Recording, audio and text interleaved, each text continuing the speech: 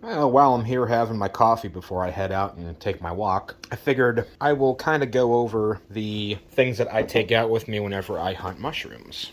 First, let's start off with the apparel that I wear. I usually just wear regular old hunting boots. I like to get waterproof boots just because if I'm walking through the woods, if I go through like a mud puddle or something like that, I don't have to worry about my feet getting wet. Next are my pants.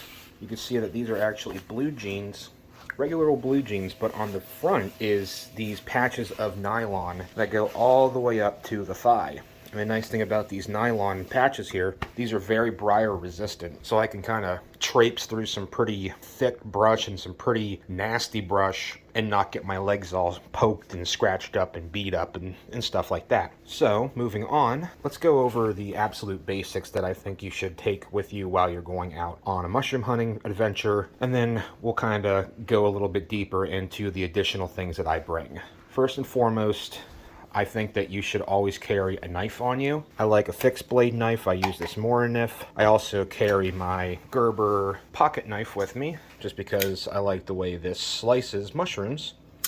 I think a knife is very important whenever you're looking for mushrooms.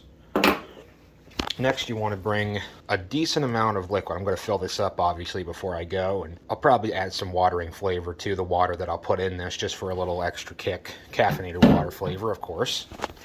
But you want to make sure that you stay hydrated because you are going to be walking around out in the woods, and even if it's not super hot out, you're going to be going through a lot of your water reserves in your body. Make sure you keep replenishing that as much as you can. If you plan on taking the mushrooms back with you, especially to eat, you want something to carry them in. If you're like driving home from work and you see a mushroom alongside the road and all you have in your car for, like, say, is a plastic bag, just go ahead and use that until you get home. But if you plan on storing your mushrooms in the fridge for a day or so, transfer them out of the plastic bag and put them into a paper bag.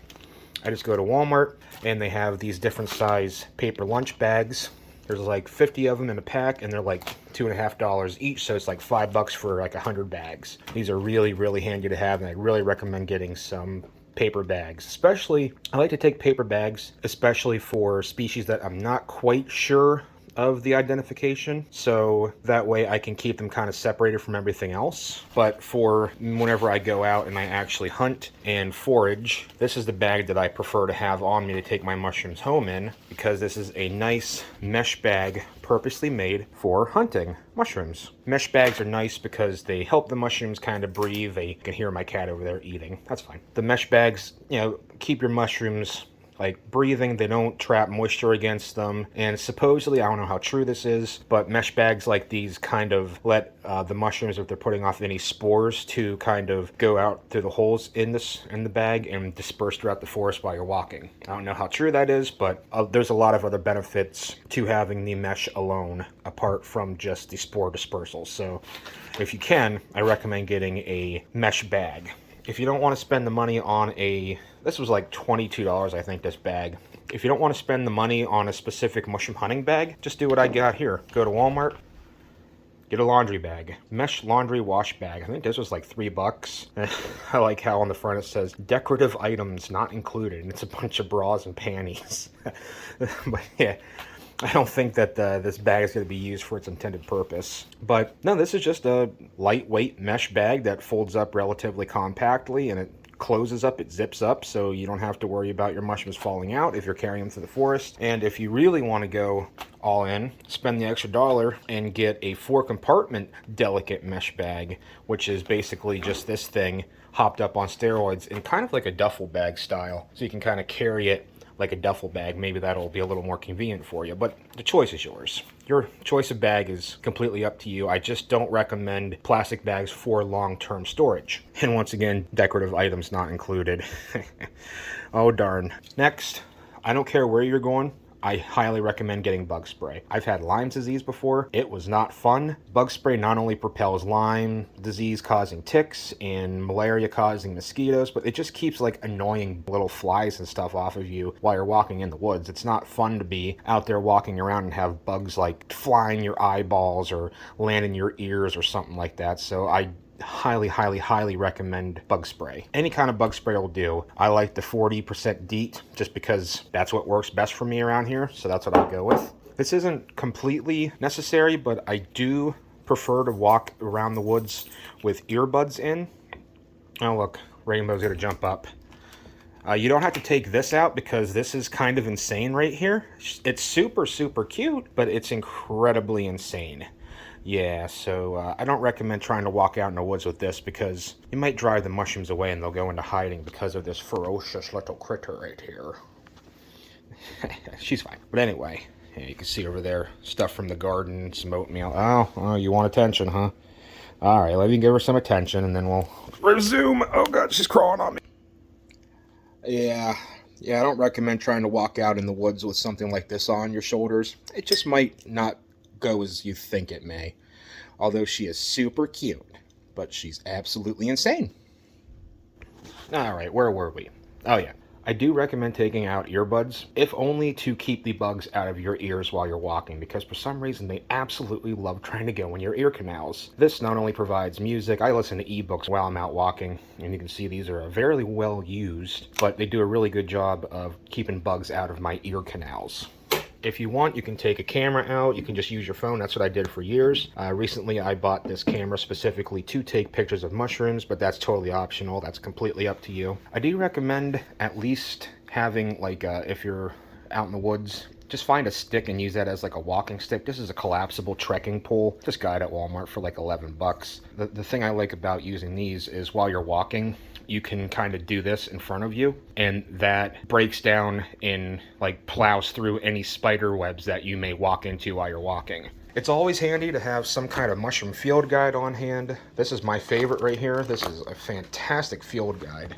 And I'm sure that they make this not just for the northeastern United States and eastern Canada. They probably make this for all kinds of regions. But I highly recommend having a field guide of some type on hand. If nothing else, download an app on your phone just to try to get an idea. Backpack for carrying various things, carrying your bags, carrying your camera, whatever you have in there, your drink, some extra bug spray. I also carry a couple snacks because I'm a fat guy and I like having snacks with me while I'm walking, so I'll have some energy bars and stuff. And just clipped onto the end of this, well, onto one of the things on here, I have just a cheap Walmart medical pack, just because you never know if you get cut out there. It's just nice to have a Band-Aid on hand.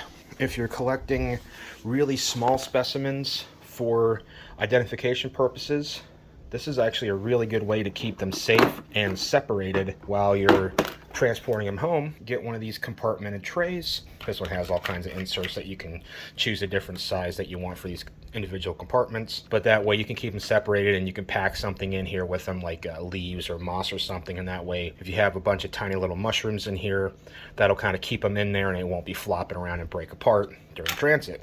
The last thing is completely up to you, and this is why I saved it for last. You can skip this part if you don't like weapons, but for me, whenever I'm walking in the woods, especially around here, I always take my 357 Magnum revolver. Here, let me unload it.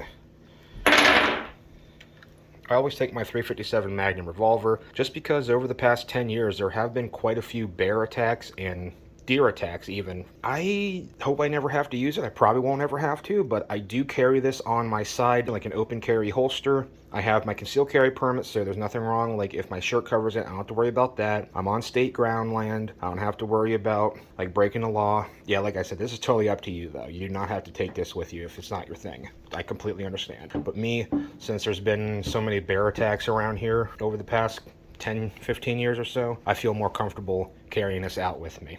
That's pretty much it.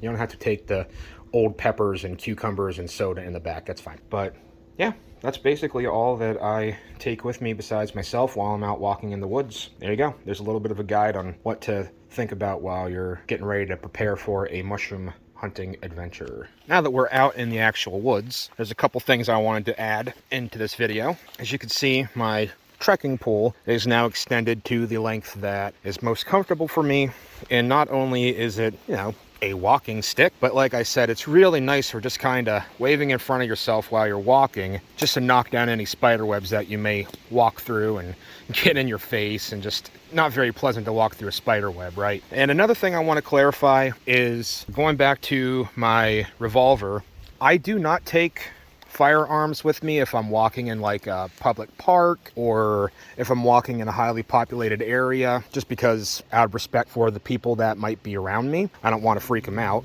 I do have my concealed carry permit. I've taken hunter safety courses. I regularly practice shooting my various firearms and all that stuff, so I am very well aware of gun safety. I'm a good shot, and I only use my revolver in a responsible manner. Right there's an example of why I like to be armed, at least to make myself feel better if I'm out here walking in the woods. That's a decent sized pile of bear poop. It's a couple days old, so it's not super recent, but yeah, no, whenever you start seeing these, and I've been seeing a lot of bear sign up here this year, so there must be quite a few up in this area now. If you start seeing this more and more often, it begins to be a little unnerving. So, yeah, that's why I carry my revolver.